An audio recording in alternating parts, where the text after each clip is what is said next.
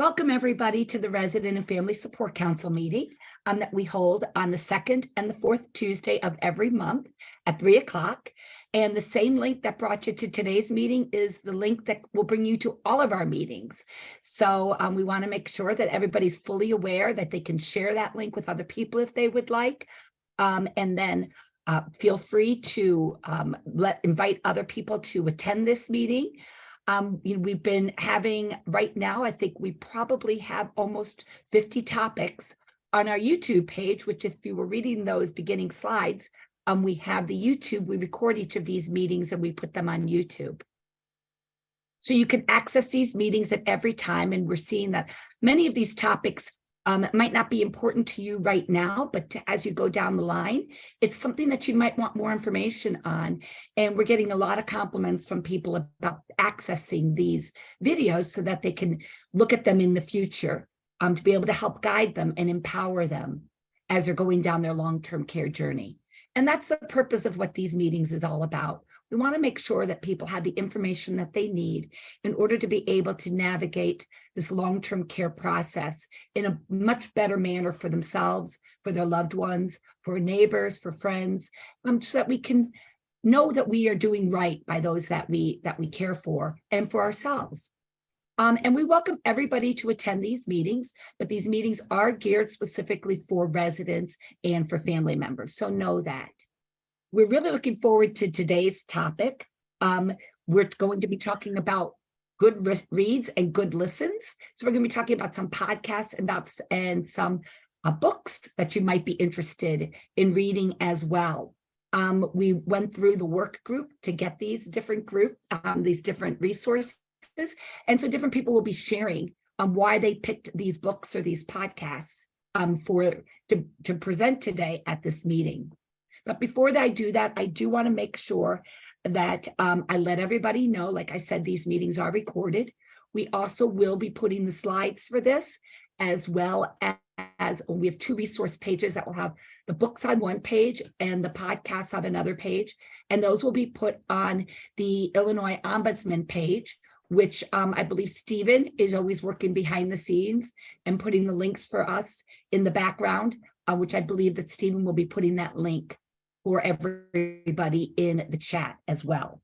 I also want to make sure that I thank the Illinois Pioneer Coalition for allowing us to use their Zoom meeting. We don't have that here at the state, so it's wonderful that the Illinois Pioneer Coalition allows us to use their Zoom site to be able to host these meetings. So thank you to the Illinois Pioneer Coalition for that.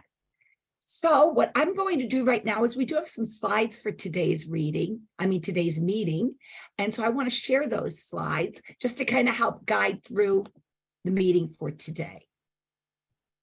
So if you just give me 1 second while I get these up. So we go. So this is what we'll be talking about today. Good listens and good reads. It's kind of a fun topic. And we thought that this is a perfect topic for the beginning of summer. Be able to give people, whether you're going for a walk and you want to listen to a podcast or even listen to one of these books, or if you're just going on vacation and you want to listen in the car, or you want to get the book actually and read it. So that's why we thought that we would do this topic for today's meeting. To begin with, we just wanted to kind of talk about podcasts in general.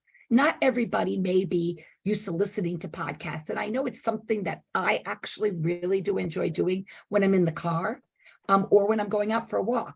Those are two times that I find that I like to really just put my ear pods in and go for a walk and kind of get lost in whatever topic that is. So the topics that we picked for today, the podcasts that we picked for today, we felt were very empowering. And that's why we wanted to share those. But there's different benefits for both the listener and the person who's doing the podcast. What it really does is it builds credibility through people being able to share knowledge with each other. This podcast environment is really, really interesting. I'm going to be sharing some links on how you can access this podcast. But what it really does do is it gives people that ability to be able to share information that they're experts in, to be able to share that with the public at large. And it's kind of a really unique and fun platform for doing that. It also promotes engagement and really does aid in that community building. And it's free. It's a free opportunity for people to be able to get on and listen and learn. They're available anytime. Podcasts are typically recorded, and then you listen to them at any time that you want to listen to them. And that's really the beauty of it. It's not having to get on live. And many of them are almost like a radio show where people are being interviewed. And so that makes it really interactive and engaging as well. If you go to one of these podcast sites, you're going to see that you can listen to a wide range of topics.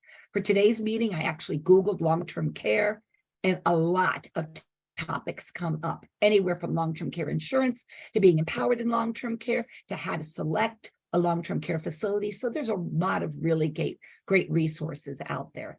And it also can be, podcasts can also serve as that instructional tool for people, like many of the ones regarding how to choose that long-term care facility can help do. So you can listen to podcasts on a variety of different platforms. One of them is Apple Podcasts, and the link is there. You can also just Google Apple Podcasts and it comes right up. Google Podcasts and Spotify. The ones that we're featuring today are actually either going to be through Google or through Spotify. So we're providing you with the links to those, so you'll be able to access that as well. If you're a smartphone person, pull your smartphone out because you'll be able to access all the different podcasts that we talk about today by using your smartphone. And how will you do that? You're asking me, right? Well, you'll notice this is the first one we're going to feature, but it says at the bottom, available on Spotify here. And that would be the link. And when you get the slides, when they're posted on our website, you'll be able to click that link.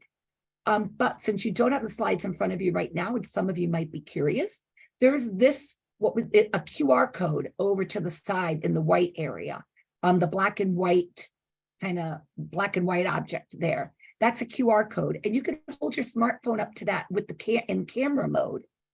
And it will actually bring you right to the site. You'll get a little yellow box that goes around it. You click on that yellow box, and then it will bring you right to this podcast. And this podcast that we're talking about is What's Your Story? Conversations with long-term care residents in the Illinois Aging Network. We're featuring this podcast because Kelly Richards, and I see Kelly is here today joining us. Hey, Kelly. Kelly has created this podcast really to help provide a voice for long-term care residents to be heard. And one of the things I wanted to actually ask Kelly a couple of questions about this podcast, because it's a really cool thing that she's doing. Kelly, what was your motivator to do the podcast? Sure. Good afternoon, everybody. Good question. So as being the state ombudsman, I often hear people say, I wish I had known about the ombudsman program. I wish I had known about this. We've been in several conversations amongst different stakeholders about the challenges that residents of long-term care facilities face being a resident in a long-term care facility. So I wanted to find a way to amplify their voices and amplify their concerns and their stories. And I brought this discussion to our regional ombudsman, and Stephen happened to be the one that suggested that I talk about their lived experiences in long-term care. So it was a collective effort. I thought of it and I worked with my team to come up with the idea, and here we are. Oh, that sounds really, it sounds like it's a lot of fun. Did you learn anything through this whole process of doing this? It was a lot of fun. It was taxing because I had to go to a different location to do the recording for the sound quality. But yeah, I did 5 interviews with different residents from different walks of life, a very diverse group of people. And some of the common themes that we talked about were the resident councils and how instrumental they could be in having a collective group to express concerns, and just hearing the stories from the different residents was just so interesting and just got my wheels to clicking in terms of how we can continue this process, and have this dialogue, because so many people need to hear these stories, and residents need to know that, this journey doesn't have to be a journey that they're doing alone. I think what you just said was so important. It's not a journey you have to do on your own. And you mentioned this resident council thing. And I know So I believe 2 podcasts have been released so far. Am I Correct. correct? Yes. And the last podcast, I was really, well, both of them so far have really touched me, just to hear people's stories. What I love about it is that it's about people. It's Mhm. not about and who they are and what brought them into long-term care, and then Right. what that long-term care experience is like once they're living there. And that expectation, this was not where I thought my life was going to go. And I know last time you had interviewed Scott, and I believe Scott is on today. Scott, are you on today? If you are, feel free to unmute yourself and say hi. I was looking for him earlier, Lynn. Okay.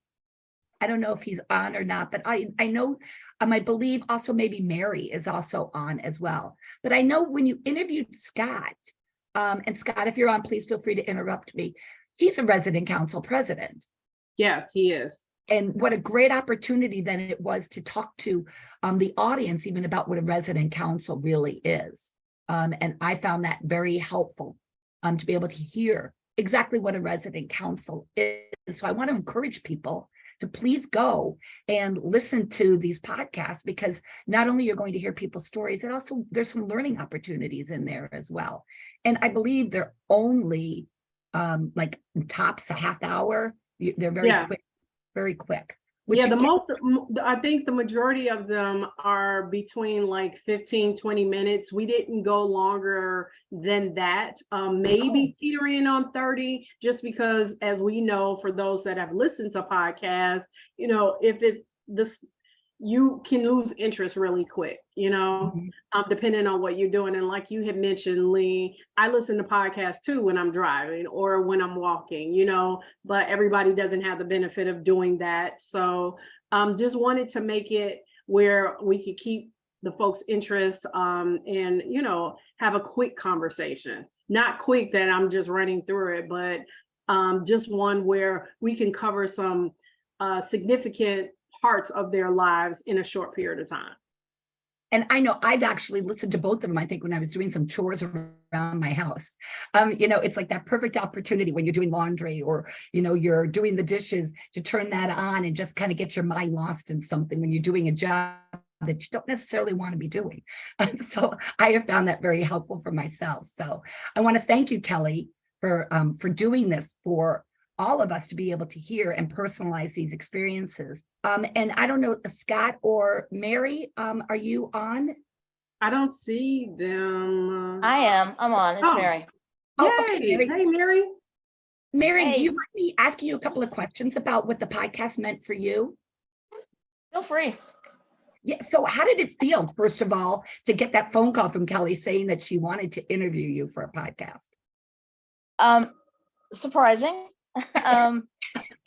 But it sounded like an interesting opportunity to share what nursing homes can really be like and how anyone can end up there, because God knows I never thought I would. So Yeah, and I know, I personally know a little bit of your story, Mary, and you don't have to share that now, but how did it feel to be able to share your story? How did that make you feel? it felt really good. I've been very involved in a couple of different things that means that I have had that chance to do that. I've been working with a group that has put legislation in to help with nursing home residents. And so I've actually done testifying in front of committees in Springfield for that. So I've had a little bit of opportunity to do that already, but through that group that I'm with. I also am, through that group, also ran a resident group that meets every week. So we talk about kind of what our experiences have been, and we try to help each other with whatever's going on that whoever needs help with. So. And Mary, that sounds to me like what a great way to be able to bring a sense of community to people who aren't all living in the same place, but also are having the same experiences. And what a great thing that you're doing with that other meeting that you have once a week. That sounds almost like a support group. And it really kind of is. It's really run by whatever the residents want to talk about. We try to bring in people, not every week, but bring in people that have something to say that the group's interested in, that they've expressed an interest in, that we've been talking about. And they're like, I don't know how this works. So we try and really gear it to what the residents want. But more than anything else, it's, yeah, supporting each other with, I dealt with something like that, and this is what I did, or, I did this, it's really that kind of thing. Oh, cool. That sounds like a really neat thing. I want to thank Mary for you for sharing your story, and Kelly for you for doing this, for taking the time to make sure that we're all fully aware that people that live in long-term care facilities or have lived have a history, they have a life, and the value that we can learn from listening to other people. I think that's just so important. So thank you for that. I just really want to say thanks for that. Another podcast that we wanted to share was Mission Possible.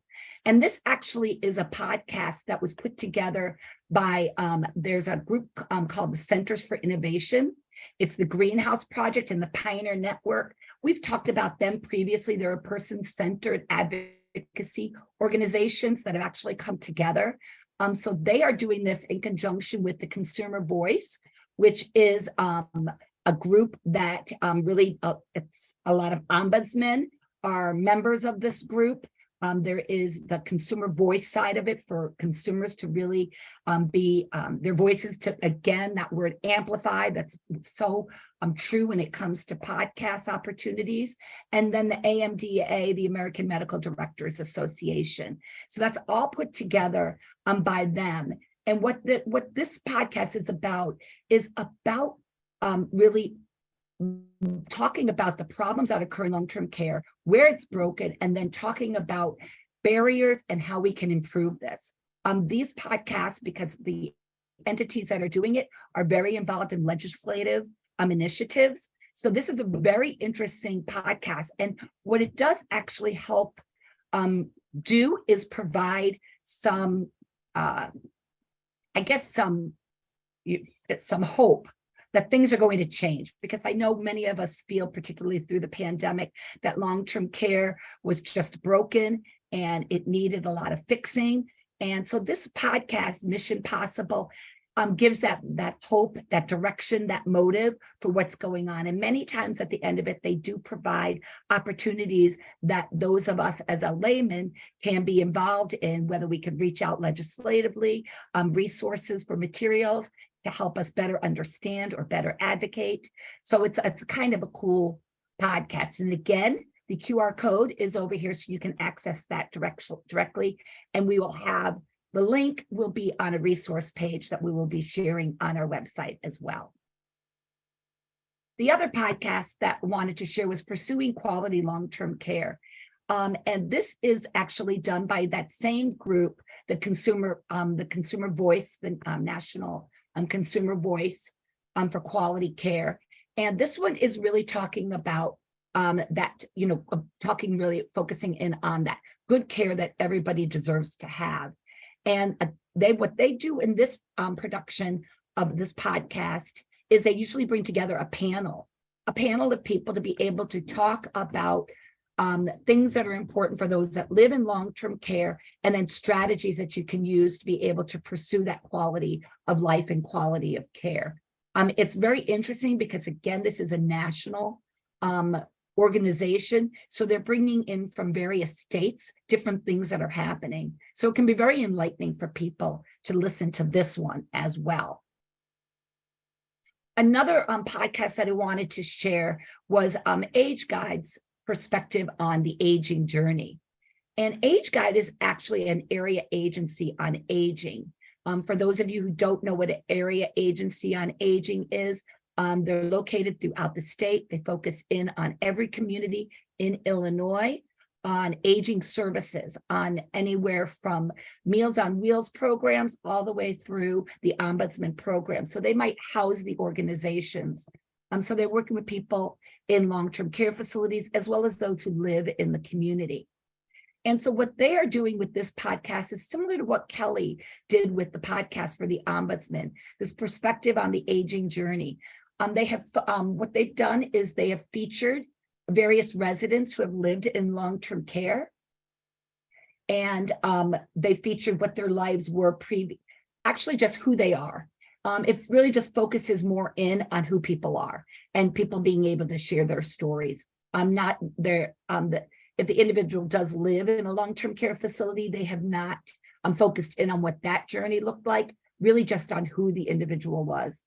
And some of the topics that they've talked about is they've had a veteran come on, and he talked about what his life experience was like being a veteran and actually being a Marine.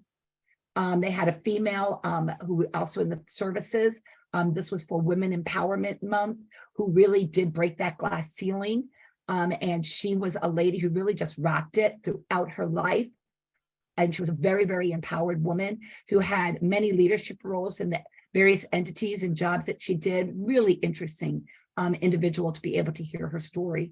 And then also they do some things on their podcast about caregiving. They've had some caregivers come on and talk about that as well. So I want to encourage people to listen to this one, particularly if you also are in that caregiving mode.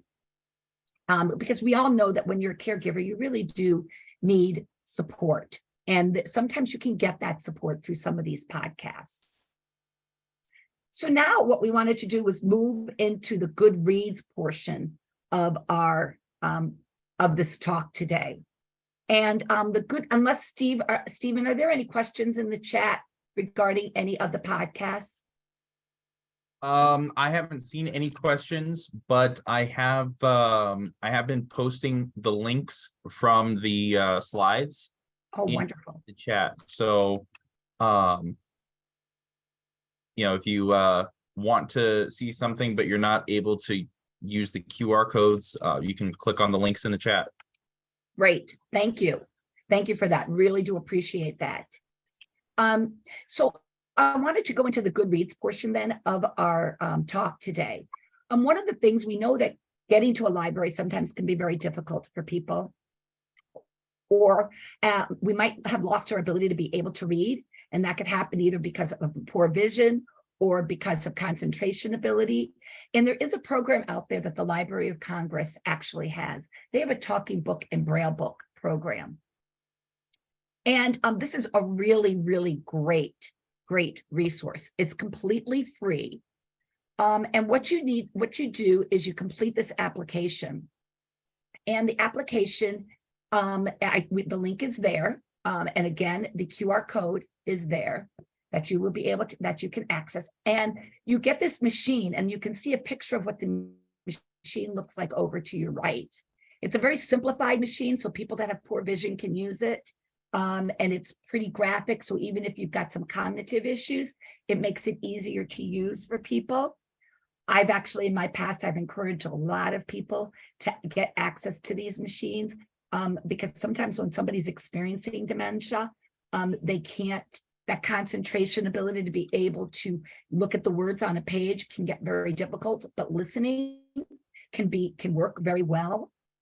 And for people that are avid readers, when you lose that ability to be able to read the written word, being able to listen can be extremely helpful.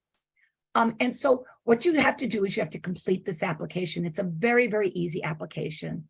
The application does need to be signed by either a physician, it could be a nurse could sign it, a physical therapist could sign it. It doesn't have to be a doctor. So they give a list of people that can sign this application. They don't want to create barriers, but they do want to make sure that people that are getting this equipment need to use the equipment. The link that we've provided there is to be able to access the application in English, Spanish, as well as for institutions. And what does that mean? If you come from a long-term care facility, if you work in a long-term care facility, you are allowed to get, and I believe it's up to 2 of these machines to be able to share for all the people who live in that long-term care community. This is something that I have pushed in my past so many long-term care facilities to do. It's free, and it is such a wonderful, wonderful tool to be able to have for people. An institution just fills out, a nursing home and assisted living would fill out the application and to be able to get these machines. So I want to encourage anybody who might, even if you live in the long-term care facility, you might not need this yourself, but make sure you tell the facility to go ahead and get this. They are allowed to have it and they should have it. This is something that one of the things that they encourage facilities to do is to get these machines And then even let that person who might be like, oh, no, don't go through the bother of filling out an application for me, to let them use the machine and then see if they like it or not. And then the individual can get their own personalized machine as well. Personally, I have also used this as a group activities to do a book club. I think it's a great way to be able to do something like that. You can listen to a chapter at a time and listen to, and then talk about what that chapter was all about and what that means to you and how you like the book, and just as a, have a real book club around that. And you could do it by listening to the book, not necessarily everybody reading the book. It can feel a little confusing for people to fill out these applications because you've got the Library of Congress site, and then you've got the Illinois Talking Book and Braille Service in Illinois. I listed those numbers there for you because you could just call those numbers and they will walk through it for you as well. Because the way it works is you actually do the application, it goes through the Library of Congress. Then the state, once they get the approval of it, they're the ones then who send out the equipment and books themselves. The books, there is a variety of different books. The books can go anywhere from the latest and the greatest, right hot off the presses, to the Bible, to any of the old books that, Tom Sawyer, there's such a variety of books. And then there's another service too, that's called Choice Magazine. And this is a magazine that uses that same recording device that was in the last picture on the last slide to be able to listen to magazines. I featured some of what they have a list of probably at least 50 different magazines. I just pulled some out that I thought might be of interest for some people. And what they do is they don't do the whole magazine because many magazines have a lot of advertisement in it. They pick out articles from these magazines and they record them. And all you need to do is you get registered there. And then once you register on their site, you can even access it right through their site. Once you're given the approval destination to be able to go to, and you can listen to it right on your own laptop, or they will send you the cassette that gets used in that machine. And then all you need to do is put it into that machine to be able to listen to it. All of these products, whether it's through the Talking Books from the Library of Congress or the Choice magazines, they do ask for these cassettes back. They give you the container, be able to mail it right back. And literally all it is it's a plastic container. I think it's green plastic container. The card that had your address on it to deliver it to you, you pull that card out, you flip it around, you put it back in, and you stick it in your mailbox. So they make it very, very simple to be able to return the materials as well. Like I said, you can see some of the magazines that are featured. You've got Rolling Stone, Vanity Fair, Southern Living, the New York Times. I know my mother's a huge fan of the New York Times. So these are just some ideas that you could use to be able to continue to pursue your reading that you might enjoy doing. So the first book now that we're going to talk about is, yes. We had a question on applying for the Talking Books program. Does the facility apply along with the resident? I believe it's resident specific, but I didn't know if you knew any different. No, when you apply as a resident, it's your machine. It's not the facility's machine. So you do apply, and the facility, every building I've ever worked with, they've always assisted the resident. Like I said, it's a very simple application. And they've always assisted the resident in making sure, and if you could just have the floor nurse, the floor RN, or the DON sign on that. You don't have to wait till the doctor comes in. Or if you're going to physical therapy, you can have the physical therapist sign that. And what the beauty of it is that if you leave that facility, that goes with you. You get to take that machine with you. So it will go with you wherever you go. So that's kind of cool. And to add to what you just said, Lee, you can take that home. It's not something that's specific to people in long-term care. You can have it at home. You can apply for it when you're still living at home. Absolutely. Absolutely. And the way you don't have to be blind. I want to make sure, because Braille is also put into there. You don't have to be blind for this. Like I said, it could be difficulty concentrating. It could be because you have low vision. It could be because you get tired easily when, that's a barrier for you to be able to pursue reading. So you can basically, anybody can get these. I've encouraged so many people through the course of my career to access this, and I've heard nothing but phenomenal compliments about this program. So I really want to encourage people to really do use it and share this information. If you don't need it yourself, share it with other people. You can Google talking books very easily. And you can always also refer them to watch this YouTube video so that they can understand how to access it. So one of the books that we wanted to talk about was This Chair Rocks. And it's what a cool title this is. It's a manifesto against ageism, which is it's a really cool book. There's actually even a TED Talk link that has been supplied with the QR code there that you can listen to about the book. It's really all about ageism and what we do, how we perpetuate ageism in our society, and how ageism is just like many of those other isms that are out there. And what it means is just that we bring people together and we classify them and we think they're all alike. We don't allow individuals to be individuals.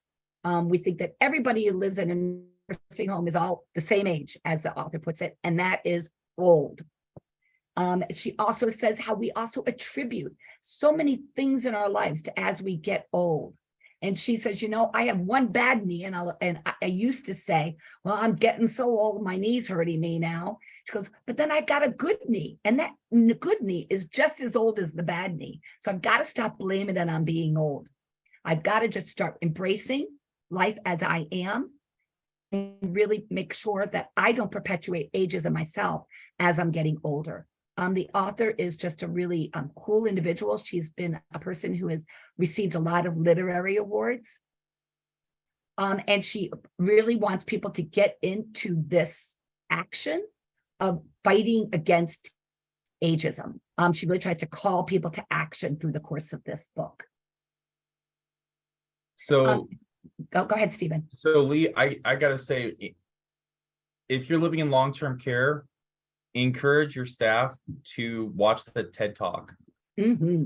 Because I was speaking to a nursing class a few years ago, and I was hit with a question that just confused me. The question was, so do you like old people? And I was like, what do you mean? I'm confused. and somebody else explained it to me, like, do you like older adults? And well, I mean, some of them are really nice and some of them aren't. Like, yeah.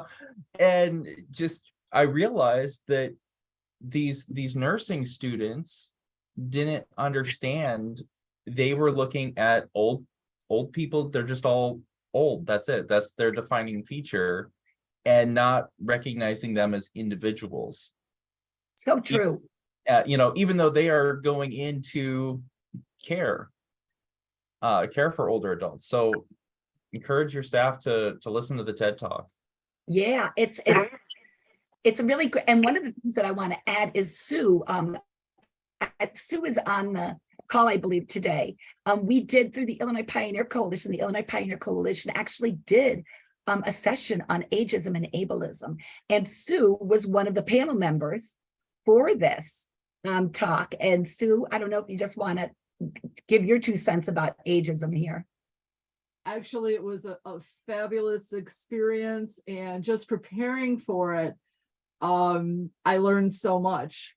But I don't know, I would recommend this book right here that you have up. I've started reading it, I haven't finished it yet, but the experience of actually being on the panel was phenomenal. But what was even better is the reaction from the audience. We didn't even get to say half of what we were prepared to say, because they just jumped right in and, joined us in this fight against ageism. So it's definitely, it was definitely a great experience for me.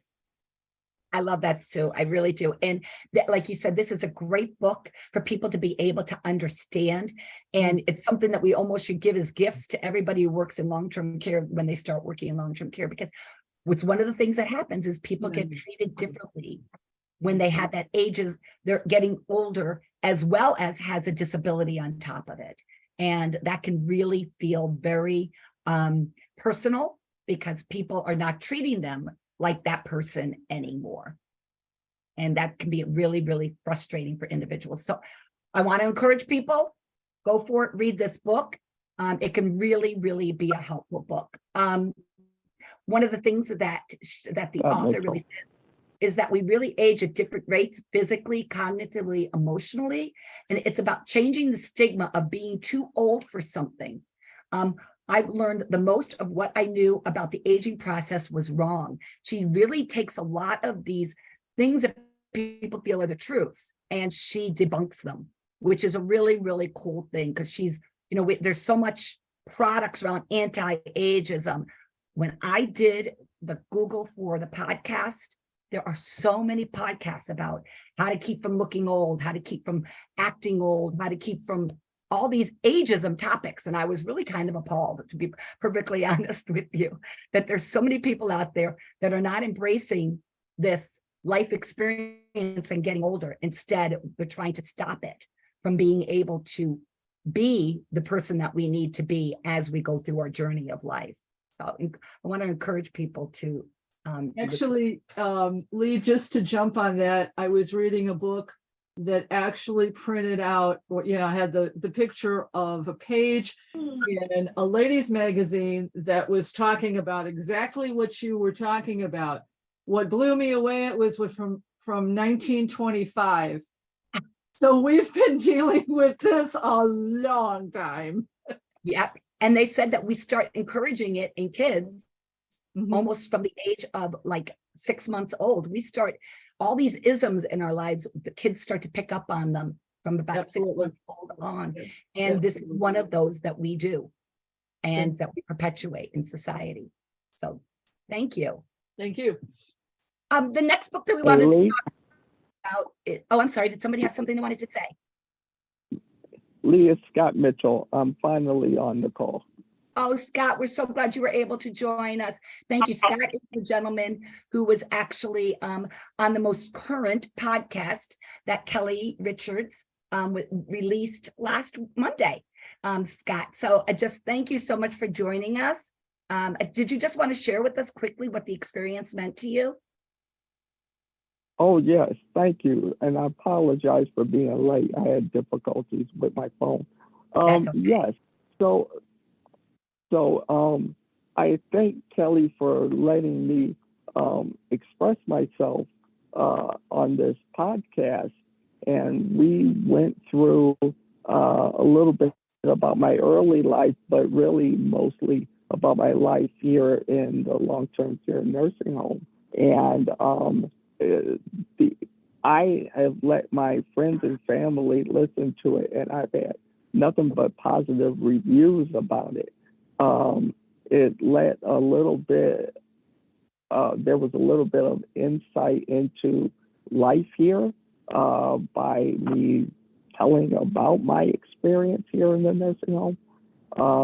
And it was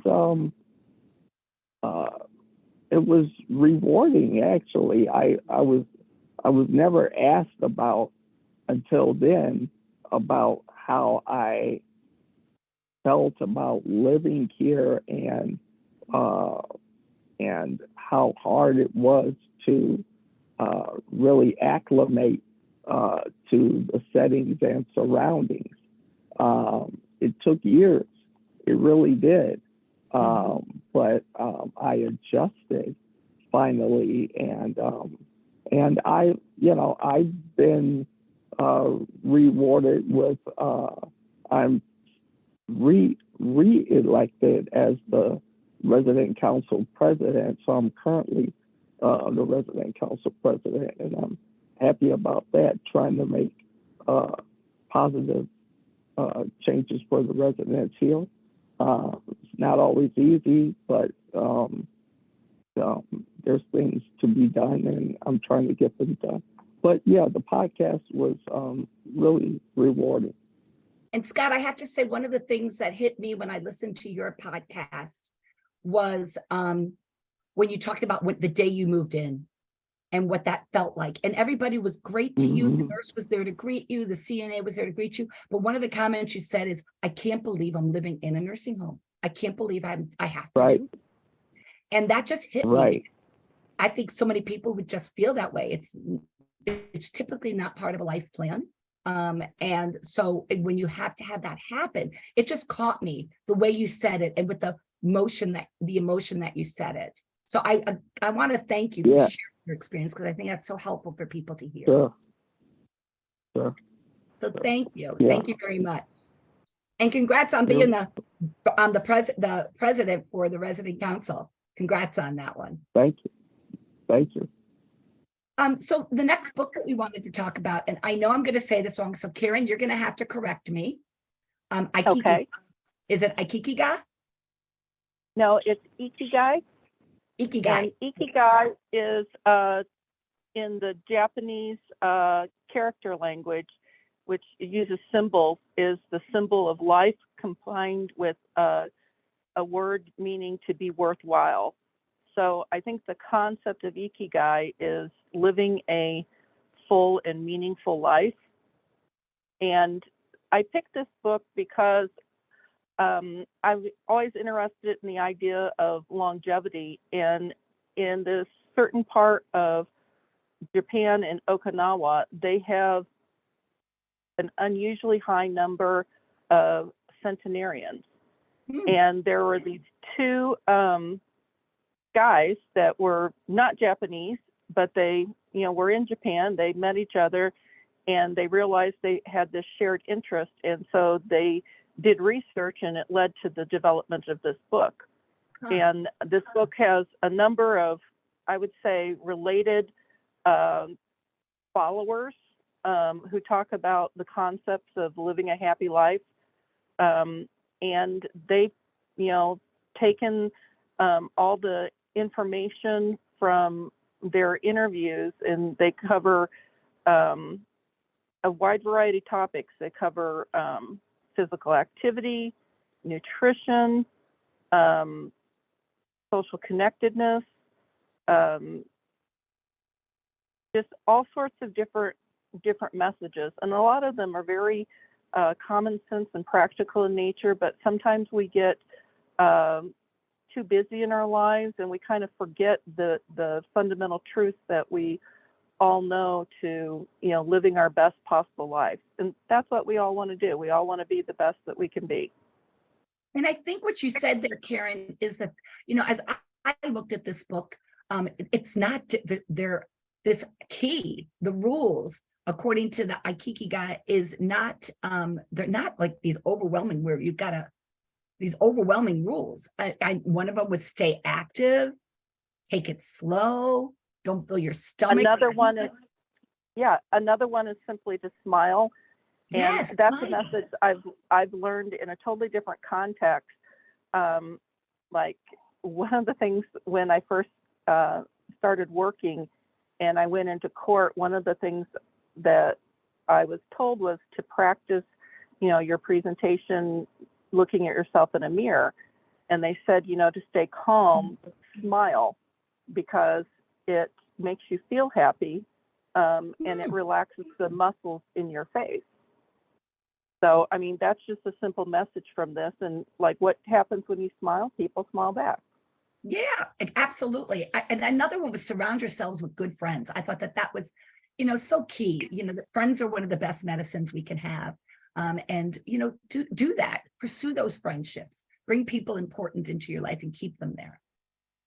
And I know another one was to reconnect with nature, and I feel like I start the day every day. I just go sit on my patio and I like to listen to the birds and relax and just kind of take in the world. And it kind of gives me this great, wonderful start to the day. It just makes me feel good about the world. So I think I want to encourage people to read this because it's not overwhelming. It's practical. I think it's the type of book that you could literally flip open at any point and just turn until you come to the beginning of a section and just read that section and try to do the recommendations from that section, and then a different time come back and open a different part of the book. It's a really fast read, but I have to admit, I love to read and I'm a very fast reader. So I read it one day for lunch while I was eating. And, you know, I picked up a lot of good fundamental truths, many of which were not new to me, but sometimes I lose track of. Mm-hmm. Absolutely. And I believe this audiobook is on YouTube. So I think people could actually Google it through YouTube, or not Google it, I guess it would be search in YouTube and be able to access the book there. So even if you don't have time to read it, you can listen to it. I think the link is on the next page. Oh, that's right. I think you're right, Stephen. Thank you. So there you go. There it is. It's on. You could use that link right there to be able to access it. There is this comment: at 70, you are but mere children. At 80, you are merely a youth. At 90, if the ancestors call you to heaven, ask them to wait until you are 100, and then you might consider it. That's very thoughtful. So enjoy that. So here's another book, which kind of, okay, I'm dead, now what? Important information about my belonging, business affairs, and wishes. And I'm not sure. Go ahead, Karen. I was going to say, I just want to put in just a very brief blurb. This is not a negative book. It's a very positive book. It's something that you just use as a starter to get your information organized. In my life, I have served many different roles, from being the executor to being a primary caregiver, to being an agent under a power of attorney. And I cannot emphasize enough how much easier the final affairs are if you have even some information put together. And if you're a single person like me who doesn't have a big family, there's certain information that would be incredibly difficult for whoever is going to wrap up my final affairs, which is one of the reasons I'm looking at this, is I need to be prepared for my future, that they would never find. For example, I come from a farm family. We've got a family cemetery. That's where ultimately I would want to be buried, but the vast majority of people would never be able to find out about that. So there are a number of free resources out there. If you just look at, you know, organizing your affairs, advanced planning, they all have very good information. And the AARP has a fairly new product out there. It's called the Roadmap. And I will, when I hop off, I will try to look it up and put it in the site. It is a useful tool. And it will ultimately help the survivors. We've talked about making sure your advance directives are in order. And this sounds like this is a great resource, like the advice. Good to buy and keep. Get this book, fill it out for yourself, fill it out for your loved one. If you have a loved one in a long-term care facility, please make sure that everything that's recognized in this book that it's done, because you don't want to have any guesses when the individual isn't there anymore. And I think that that's important. I like the message, and it's a little humorous. I'm dead, now what? But I think this is a very important topic for people to be able to recognize. You know, Lee, when Karen was talking, I was reminded of a story. There's a farm museum up near Bloomington, Illinois. And one of the stories that they tell is they take you to the guest room, and there's all these hidden cabinets in the furniture, built into the furniture. And one of the family's ancestors passed away she had pulled out a secret drawer at the bottom of the dresser, and that drawer had the deed to the farm. And this was 150 years ago, when if you just possessed the deed, it was your property. So they wanted to hide it and keep it secure. Well, she hadn't told anyone where it was, so that was her dying act, was to show her family where the deed to the farm was. Oh, wow. You know, don't wait until the last minute to, Yeah, to set up your advanced directives. Get those things planned, because if she had passed away on the stairs, they might have never found that secret compartment. that's so true. And I'll So put true. in a related plug that as more people live electronic lives, it's really important to, indicate, what electronic assets you may have, your contacts and access information for different accounts. It is very hard to realize that people may have done investments in, like banks that really don't exist any place other than, a website address. They're certainly like financially stable, but, you're not, everything is coming electronically, so you won't even come across mail as a reminder. And it is, I can tell you from personal, sad to say, experience, tracking down assets to keep them from escheating to the state is not a fun thing to have to go through. Well, it sounds like we all need to get that book. So I want everybody we got some wonderful advice here from people. So I would really go ahead and make sure that we get that book. We have 3 more books that we want to talk about, and one of them is Abuses and Excuses, Holding Nursing Homes Accountable. Now, this is a book that was recommended to me by Candace. Candace shared this book, and I started reading it, and it really is an excellent book. Candace, did you want to share about this book? Yeah, I really would love to share, especially like, here's the book here. It's got all kinds of tabs in it. There's not a lot of books available to the public that really explain what an ombudsman does. This is actually written by a lawyer, but he has an ombudsman's heart, and as he should as an advocate.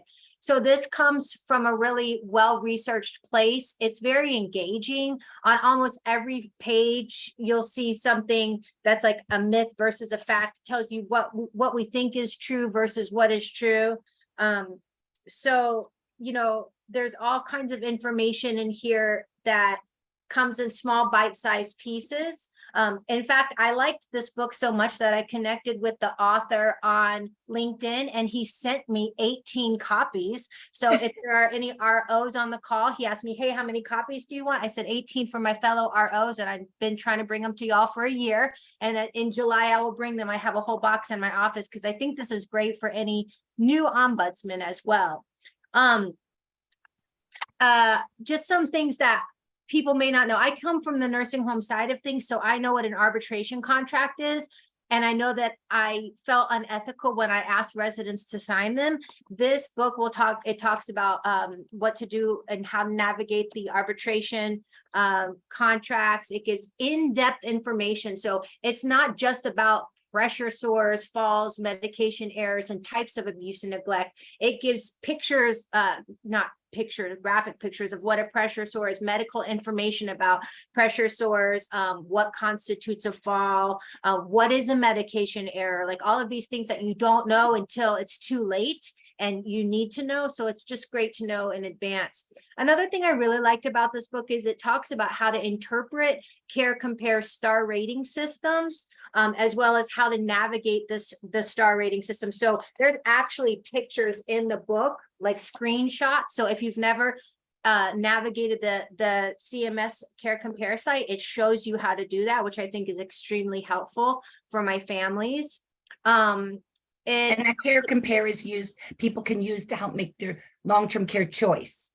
I yes, actually was on there yesterday for hospice. Though I had a hospice question, and so I was showing that to somebody yesterday for because you can also access hospice entities there as well. So it's a great resource, and I love it that there's a step-by-step on how to use it. Fantastic. yeah, because it can feel so overwhelming, and then you just don't know, like, well, how do they get these stars? Like, do they pay for the stars? It tells you, it breaks down how the stars are calculated. It talks about, which ones are facility reported versus staffing reported from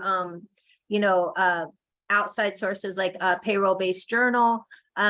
it talks about how and when to connect to other agencies such as IDPH, law enforcement, and legal counsel. So sometimes people are just like, hey, you're the ombudsman, I'm telling you this, but I want to sue. And that's like jumping from like the lowest rung of advocacy all the way to the thing that, you know, you better know what you're getting into when you represent a case. And as a lawyer, he talks about what kind of documentation you would need, and how to go about that. One thing I really learned. This is sounding to me like a book that every family member or resident should have. I think they should. Facility. I do, because it's so readable. And maybe that's just because advocacy is my life, but just it really is so bite-sized, and it just really feels like, you know, you could thumb through it. Very simple chapters, the examples of other harms, sexual and psychological abuse, falls, like pressure sores. It's very, very bite-sized so that you can kind of use it as a reference, like read it once and then go back and read it again. Because, you know, it was only about halfway into year one when I came across a person who couldn't pay for the reams of records that they wanted. And I'm like, oh, wow, I read in this book that, you know, because of High Tech Act, you can get electronic records. Here's a form, like he gives you forms in here or access to forms on the internet, electronic monitoring. And he's not so far away. He's in Indiana, so he knows Illinois law very well as well. So there's just all kinds of important information here. I don't want to take up too much time, but I do want you to buy this book, or maybe just connect with him on you know, LinkedIn and use your wiles. I'm just kidding, but if you are on LinkedIn, definitely follow him, because he also has great information that he puts in posts that is very important as well. Thank you, Candace. It sounds like a wonderful book to read. So thank you for that. And Stephen, I'm actually going to bypass this book because I wanted to really talk about this book because we don't have that much time left. I hope that's okay with you, Stephen. What That's living fine. as a resident can teach long-term care staff.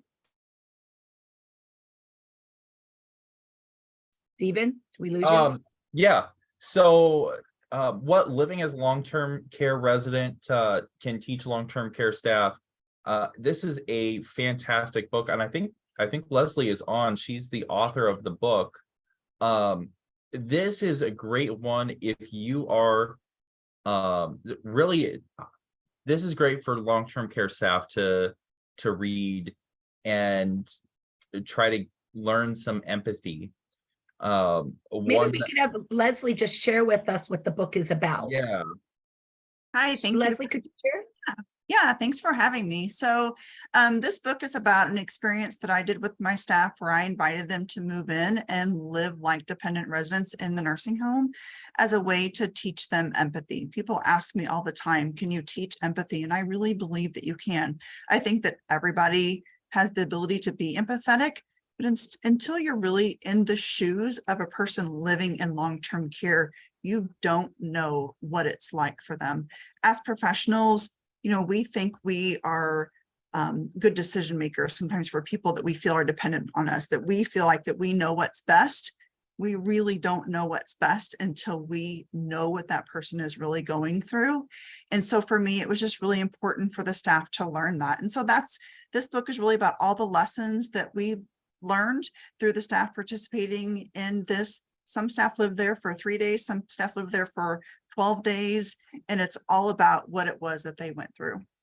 And Leslie, doing this to me was such an opportunity, like you said, for people to feel it. You know, you can think it, but to feel it is completely different. And I always say you can never think it until you feel it first. Mm-hmm. And so what an opportunity for staff to really feel what this experience is like. What did your staff say to you? First of all, when you said, I want you to move into the nursing home, were they like, what was that experience like? You know, whenever I proposed the idea, I kind of thought probably people are going to think I'm a little nuts for even proposing this. And I wonder if anybody will even do it. Surprisingly, everybody was really excited about it. I had the first time that we did it, I had 5 staff members that said, I want to move in. And they wanted to know what it was like. And I offered a $500 cash prize as for whoever stayed the longest. But every person that moved in, and we had 15 people participate, every single person that moved in said it was never about the money, that it was all about the experience of doing it. And that experience led into us requiring all new staff that we hired. All new staff had to live in the nursing home for 24 hours before they got to actually start working there, because it became so important. Like Lee, like what you just said, people ask me all the time, what is person-directed care, or what is culture change? And my response to them is, it's a feeling. To me, it's a feeling. And it was so important for us, for new staff, to also feel that, because how do we teach all these things that we have now learned and are now doing? We wanted all of our new staff to feel that as well. And what better way to make them move in right off the bat? Wow, Leslie, this is what an amazing concept. And I can only hope that other people choose to do the same thing with their buildings, so that people can get that true experience of what life really feels like. And I think it's wonderful the way this is really taken from starting off with Kelly, who at the very beginning is talking to residents in the podcast about what life is like, and then ending it with the book where staff get to experience what life is like. I think that is a really important thing for people to hear. I want to thank you for your work that you've done around this, because I know this was not an easy thing to do. No, it was not. And then to write a book about it was probably even harder. And I love the fact that you had the staff journal about their experiences. Yes, I still have those journals. It's always very interesting to go back and read what they wrote about. Very touching. I mean, there was a lot of tears shed over this experience, just what they were willing to go through and sacrifice in their own personal lives just to learn how to be better care partners. And what is the best way for people to get this book? We didn't have a link for it. Yeah, you can purchase it through Health Professions Press, and it's also available on Amazon. Okay, I'll make sure that we add to our resource sheet that information, so that that will be on our resource sheet to make it easier for people to be able to access that if they want to purchase it. So thank you. All right, Thank you so much for joining us. Me. We truly appreciate it. And then just to backtrack, just one, being mortal. Stephen, did you want to share briefly about what this book is about? I know I've read this book and it's a cool book. Yeah. So this is a fantastic book. I highly recommend it to anyone. If you are at some point in your life going to die, I recommend reading this book. Atul Gawande, he is a surgeon, and his father was a surgeon, and this book is really, it's about it started off him trying to understand why he was being dishonest with himself and being dishonest with his patients about their chances of survival. Because medicine a lot of times will ask us to sacrifice time and quality of life right now with the hope of gaining time and quality of life in the future. When the closer we get towards the end, or as we have more serious ailments, sometimes the risk and the cost isn't worth the payoff, the potential payoff. Right.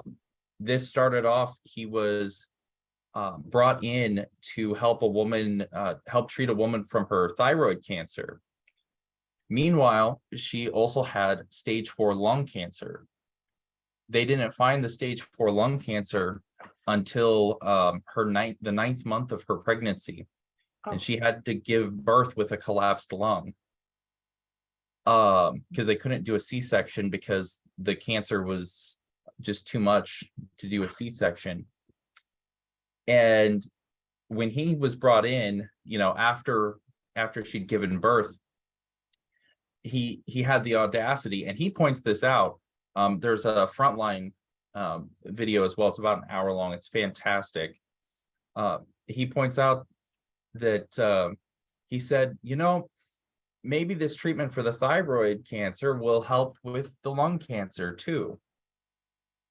Stage 4 lung cancer is very, very low survival rate. Mhm. I think it's less than 5%. Wow.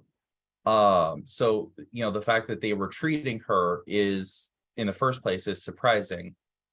By the time she got to the end of her life, she was too weak to even hold her baby. Oh. Uh, So hard. so Yeah. the question is what, they didn't really extend her life any, but they hurt the quality of her life. Yeah. This book spoke to me because I believe in so much of what this book says. Quality, quality or quantity. And I'm a huge fan of quality in an empowered life. And I think that's why we do what it is that we do. Focusing in making sure that people get that quality to their lives that they deserve. Thank you for sharing this book because it is a really great resource for people to be able to read. We're hoping that everybody really did enjoy these books today. We hope that you enjoy your summer and that this helps make your summer a little bit more enjoyable. At this time, I'm going to go ahead and I'm going to end the recording, but I'm also going to put up the poll. So if you could please, if I could get to the recording, I will. I'll put the poll up.